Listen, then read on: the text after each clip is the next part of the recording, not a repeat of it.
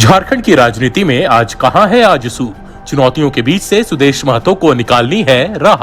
नमस्कार, आजाद सिपाही के खबर विशेष में आपका स्वागत है। मैं हूं राहुल सिंह।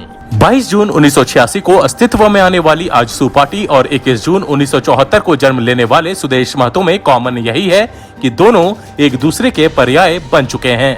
सुदेश महतो ने अपने नेतृत्व से जहां आजसू पार्टी को नई ऊंचाइयां दी हैं, वहीं आजसू ने तमाम उतार चढ़ाव के बाद भी झारखंड की राजनीति में खुद को प्रासंगिक बनाए रखा है।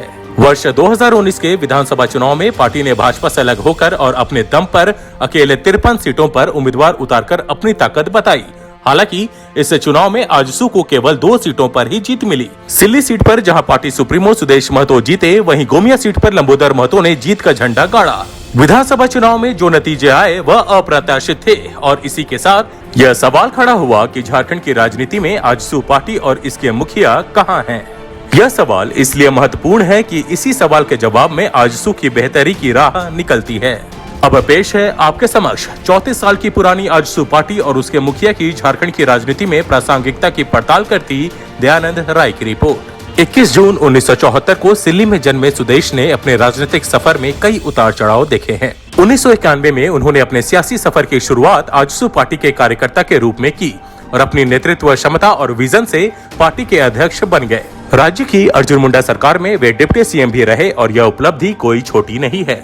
वहीं छात्र राजनीति से मुख्य धारा की राजनीति में छा जाने वाली आजसू पार्टी की ताकत देखें तो इसकी ताकत यही है कि इसके बिना प्रदेश भाजपा खुद को अधूरा महसूस करती है। यह आजसू की ही ताकत थी कि पूर्व की रघुवर सरकार अपना 5 साल का कार्यकाल निर्विघ्न पूरा कर पाई। पार्टी के खाते में गिरिडीह लोकसभा सीट से चंद्र प्रकाश चौधरी के रूप में एक सांसद भी है। अनंत संभावनाओं से भरी है आजसू।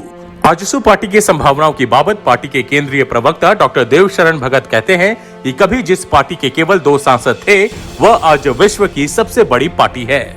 आजसू की खासियत यह है कि इसकी समाज के हर वर्ग के बीच पैठ है और यह अनंत संभावनाओं से भरी पार्टी है। आजसू पार्टी ने अलग झारखंड राज्य के संघर्ष को मुकाम तक पहुंचाया। अब इसे संवारने का काम भी पार्टी करने में जुटी है। आजसू पार्टी विकास आधारित राजनीति करती है और यह उलझाने में नहीं बल्कि सुलझाने में यकीन रखती है। आजसू में नेता भी है, नीति भी है और राज्य के प्रति इसकी नीयत भी अच्छी है। ऐसे में आजसू पार्टी अनंत संभावनाओं से भरी है। इसका भविष्य भी उज्जवल है। गलतियों से बची तो बहुत आगे जा सकती है आजसू। झारखंड की राजनीति के जानकारों का कहना है कि आजसू पार्टी में झारखंड की बड़ी राजनीतिक ताकत के रूप में उभरने का स्कोप है। ऐसा इसलिए है क्योंकि पार्टी की झारखंड में स्वीकार्यता व्यापक है और इसके प्रमुख सुदेश महतो विजनरी हैं। पार्टी का बुद्धिजीवी विंग लगातार पार्टी की बेहतरी की राह पर मंथन करता रहता है और उसके सुझाव बेहतर होते हैं, पर पार्टी कई दफा गलतियां कर जाती है और इसका खामियाजा उसे भुगतना पड़ता है। बीते विधानसभा चुनाव को ही ले लें तो पार्टी का अपने दम पर चुनाव लड़ना उचित निर्णय नहीं था। इसका खामियाजा उसे भुगतना पड़ा।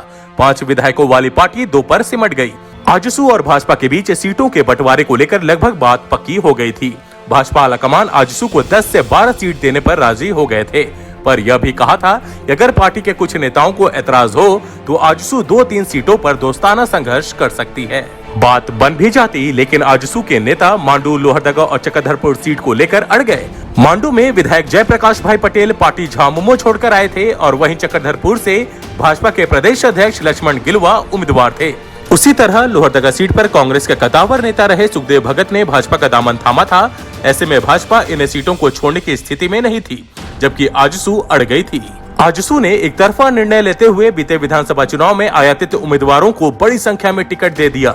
इससे कार्यकर्ताओं का मनोबल तो कमजोर हुआ ही, पार्टी का सीमित संसाधन और पैसा इतने लोगों के चुनाव लड़ने पर नाकाफी हो गए।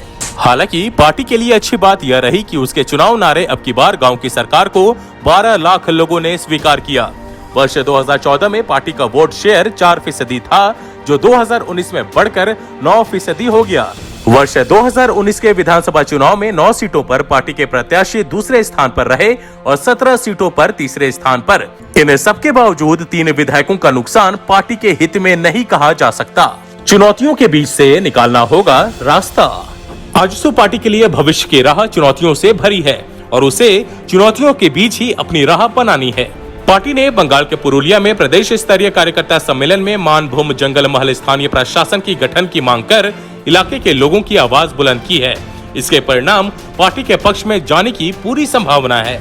बंगाल चुनाव और मधुपुर सीट पर होने वाले उपचुनाव को छोड़ दें तो पार्टी को अब अपने दमखम का दमदार प्रदर्शन 2024 में होने वाले विधानसभा चुनाव में ही करना है। इस चुनाव के लिए पार्टी के पास तैयारियों के लिए लंबा समय है। यदि पार्टी बीते विधानसभा चुनाव में जिन 9 सीटों पर दूसरे स्थान पर रही, केवल उन्हीं में जीत दर्ज करने की पूरी रणनीति तैयार कर ले तो पार्टी का राजनीतिक ग्राफ बहुत आगे बढ़ सकता है। आजसू पार्टी इसकी कोशिश करे तो यह कोई बहुत कठिन टास्क नहीं है। किसी भी पार्टी की सबसे बड़ी पूंजी उसके कार्यकर्ता ही होते हैं और आजसू की पूंजी भी उसके कार्यकर्ता ही हैं। बीते विधानसभा चुनाव में बड़ी संख्या में आयातित नेताओं को टिकट देने के कारण पार्टी के कार्यकर्ताओं में नाराजगी है। पार्टी को उनकी नाराजगी दूर करने के साथ उस नेतृत्व को भी उभारना होगा जो पार्टी में अपना भविष्य देखते हैं। पार्टी में परिवारवाद के भी आरोप लगते हैं। पार्टी को इससे उबरना होगा और कठोर निर्णय लेने होंगे, तभी पार्टी 2 से ऊपर का सपना पूरा कर सकती है। आज के आजाद सिपाही के खबर विशेष में बस इतना ही। देश विदेश की तमाम बड़ी खबरों के लिए आप पढ़ते रहिए अपना लोकप्रिय दैनिक अखबार आजाद सिपाही। और हाँ, आप हमारे इस YouTube चैनल को जरूर सब्सक्राइब करें। धन्यवाद।